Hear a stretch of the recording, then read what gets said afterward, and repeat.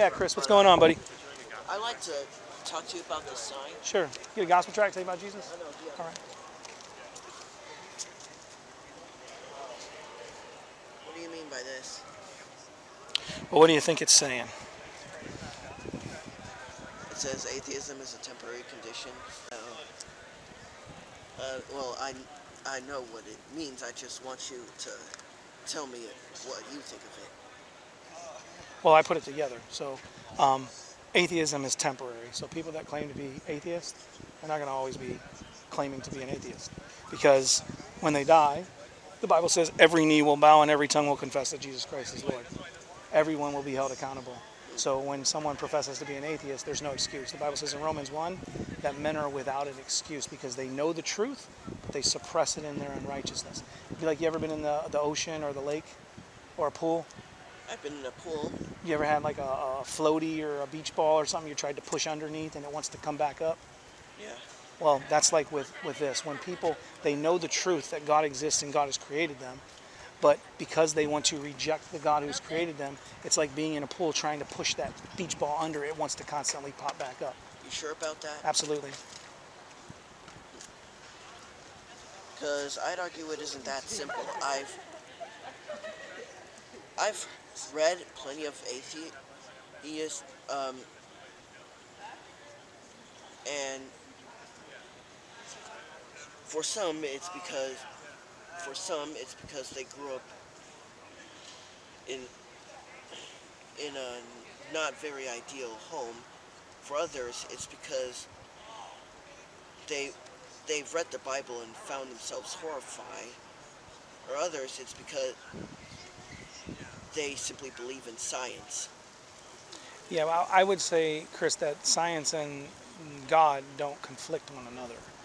You can't do science without God because you can't have logical consistencies when it comes to laws that are in nature, the laws of physics, things that are unchanging. So when you do a study, when you do a test scientifically applying the scientific method, you have to be able to trust that things are going to be the same so that when you put these things together to compile your experiment, you're going to come out with the same types of, you're going to come out with things where you can figure out and find truths about why certain things are the way that they are in scientific experience. But you have to be trusting and relying upon laws of nature and laws of physics and laws of mathematics and all these things to be in place for that to work. And the only way you can have those things is if you have an ultimate lawgiver over all things, right? And so it's also likely that though you also have to consider that it's just as likely that this world wasn't created by some higher being, but simply through random variables and chance.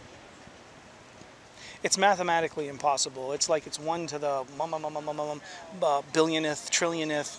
It's like it's a mathematical inconsistent impossibility, right? So the idea, if I was to just take these right here and throw them up in the air, or if I took 1,000 of them out of my box, threw them up in the air, that they'd come out as a notebook. It's impossible, right? So you can't have creation without a creator, right? And so you have a mind, you have organization in the universe. It's organized, it's not chaos. And if things were to happen out of some random chemical reaction or chemical chance, all right, man, take care. Out of some random chemical reaction of chance or whatever, then again, you can't account for morality. You can't account for these logical consistencies. We decide our own morality. Well, that's scary then, because then it's changing. It's never absolute. But that's life. It's never truly absolute. We can't always be certain about. Is that absolute? That it's never truly absolute? Because if you say yes, you're claiming an absolute. So you can't say never. That's why I said the logical consistency.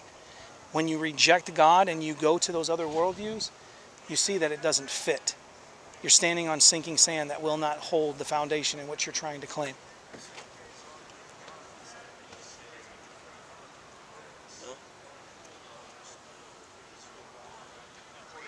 Oh, okay.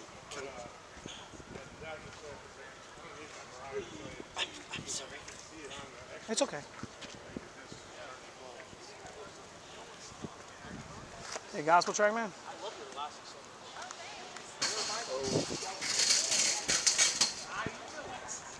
Why?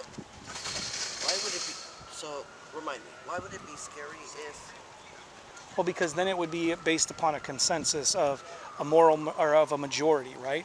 So in Nazi Germany, when Hitler and the Nazis said that it's okay to exterminate 6 million Jews and it's okay to eliminate people who weren't up to their standards through, can't think of the right word here, where they would eliminate people based upon their genetics, right?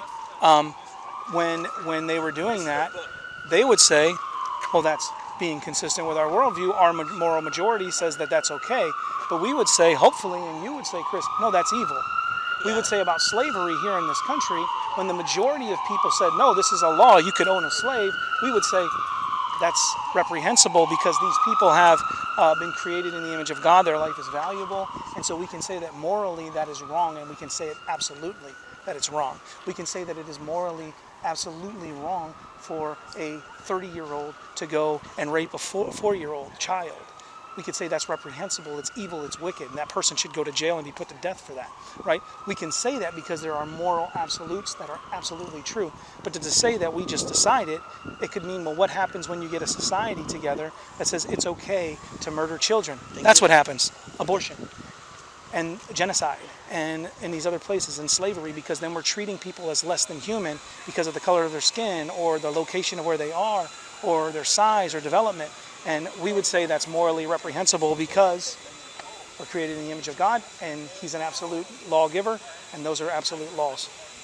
I'd say it's morally reprehensible because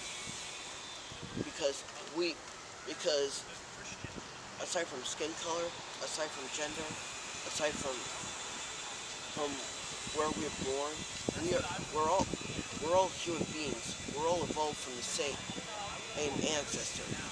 Aside from those differences, we're all the same species. Yeah, but if it's according to survival of the fittest, who cares? If it's evolution, and evolution, according to Darwin, is about survival of the fittest, then who cares? Who cares if you're morally right or wrong? Doesn't matter. If you are the weaker person, the weaker individual, well, the stronger person can do with you whatever they want. And we would say that's reprehensible, that's evil, because there's an absolute moral law that comes from an absolute moral lawgiver. We also evolved to prioritize groups because alone we can only do so much, but together you could build a tower. You could build signs. You could create this computer I'm holding. Well, you can't create something out of nothing unless there's one who ultimately always existed and then the power to create. The only way that you can make this computer, the only way that we can make these signs, is that God gave us in His creation the materials and the mind of people who are scientists and developers and people who can ingenuity to build these things and put these things together. But you have to borrow from what God has created. The universe didn't always exist, it was created. And the things within it are created. So we borrow from God to use those things to make things in our society that we benefit from, like these buildings. Because you would say, Chris, that building didn't just pop up by itself. You know it didn't.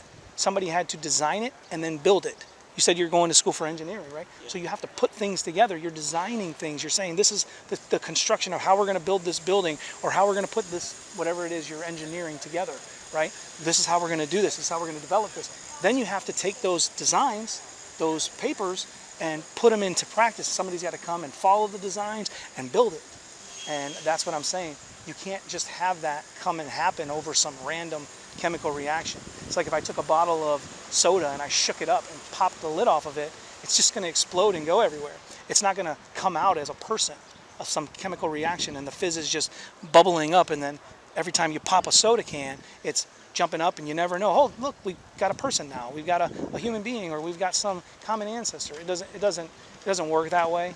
God has created us We're created in the image of God. That's why life is valuable. That's why there's absolutes, because apart from God, life, there's no meaning. There's none. It's you live and you die, and who cares? Because we're just chemical reactions. So why get a degree? Why go to school? Why do these things? Because we decide But our own why? destinies. But why? Why does it matter? What if somebody else comes and decides, and I don't want this to happen, right? There's a lot of evil in this world. But what if some evil person comes and says, well, I'm going to decide the destiny for you, Chris, or I'm going to decide the destiny for somebody, and who are you to ultimately tell me I'm wrong? Because what if the consensus of people in Cleveland State said, we're going to decide what happens to Chris? So now you got the majority of people in Cleveland Then State I'll saying fight. that. Well, I hope so, and I hope they don't do that. But I'm just saying, you don't have a basis then when it's based upon majority, rather than what is based upon what is absolute.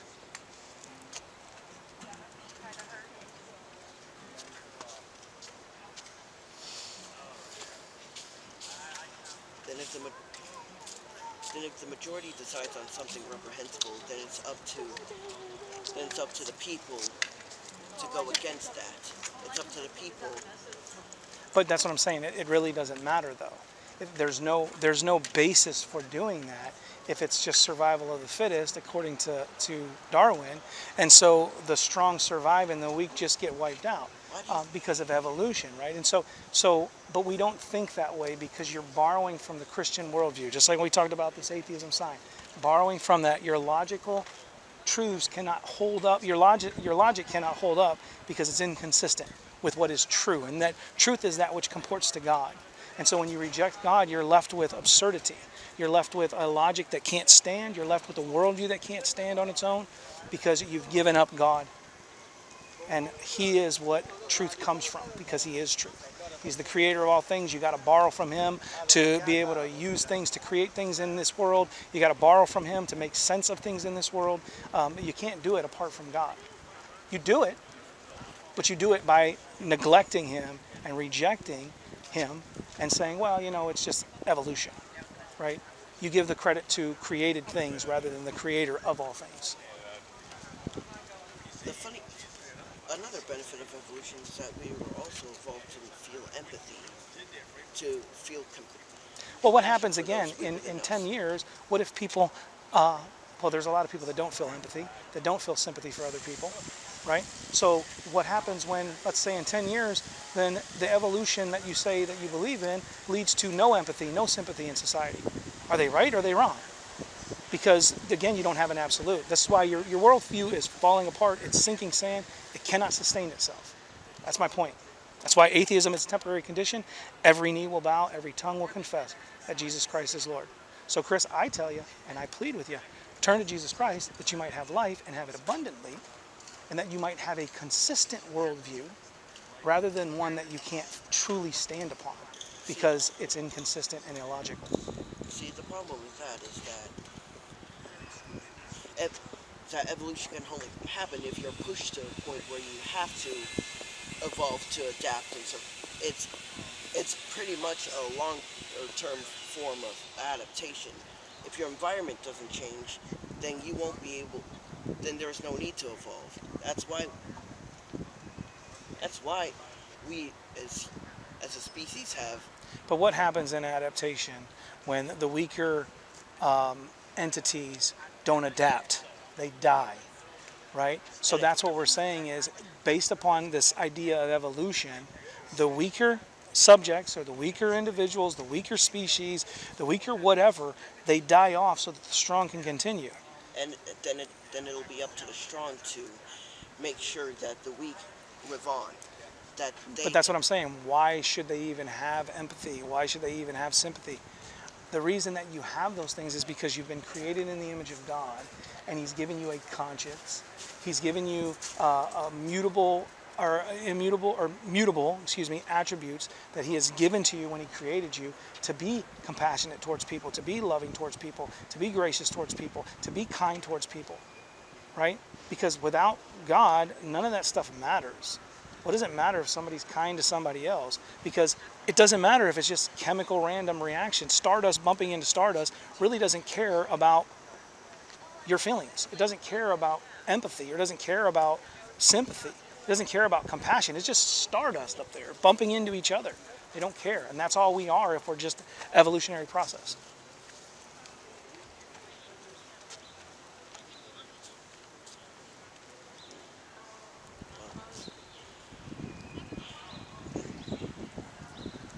All I can say is that even if it truly doesn't matter, even if in the end we really are created through happenstance,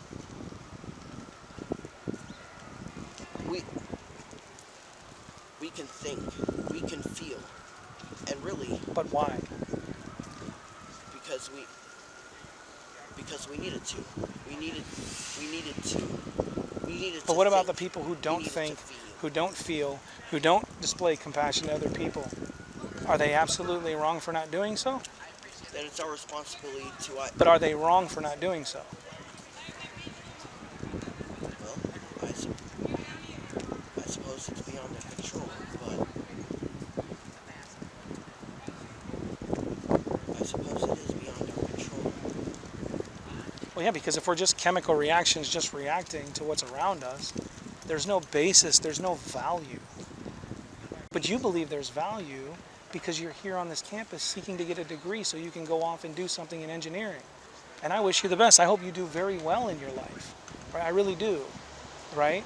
But there's no meaning for it outside of God. It's just, I live, I die. There's no really meaning. No, whatever I contribute to society doesn't really matter because I'm just some chemical, random reaction that has my little place in time,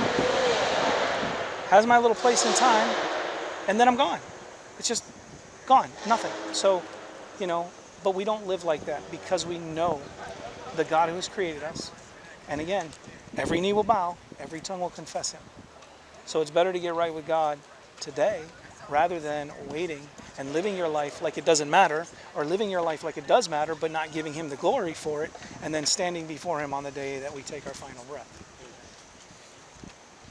I suppose you could there is something to think about. I hope so. That's all I'm trying to do is get you to think about these things. I can't make you believe it. I can't make you walk away in agreement. The least you can do is make people think. About it, though. Yeah. All right. Thanks. Well, I appreciate you, Chris. You have a great day, man.